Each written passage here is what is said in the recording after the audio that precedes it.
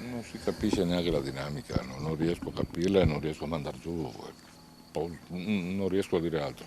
Non Ma, c'è no, niente da... per capire, ma chi è che si è accorto di quello che succedeva? Ma era qua tutti fuori, c'era la Erano in gente. tanti? Ma sì, c'era anche sua mamma, era qua, se l'ha visto praticamente morire. È lo zio della vittima che ci parla raccontando gli ultimi istanti di Fabrizio Poncato, una tragedia avvenuta in piena notte a cui avrebbero assistito altre persone, tra loro purtroppo anche la mamma del 54enne che ha perso la vita. Ponte nelle Alpi, frazione di Soccher, via Garibaldi, questa la casa della vittima, dall'altra parte della strada quella della persona che avrebbe causato l'incidente fatale.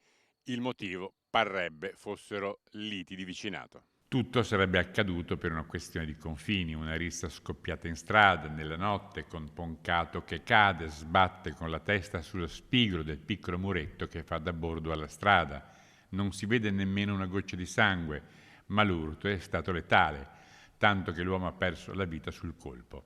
Chi conosce la persona che ne sarebbe stata la causa non se ne fa una ragione. E si è sempre distinto per la sua disponibilità e per la sua simpatia e anche per il suo amore per il lavoro, quindi veramente sono scioccata da questa notizia perché posso dire che è una brava persona e quindi so che è anche un grande papà e quindi queste notizie sconvolgono tanto e dispiacciono perché distruggono una comunità che non se lo merita perché è fatta di brave persone. Dopo l'intervento nella notte del medico legale Antonello Cirnelli, nelle prossime ore è stata disposta l'autopsia.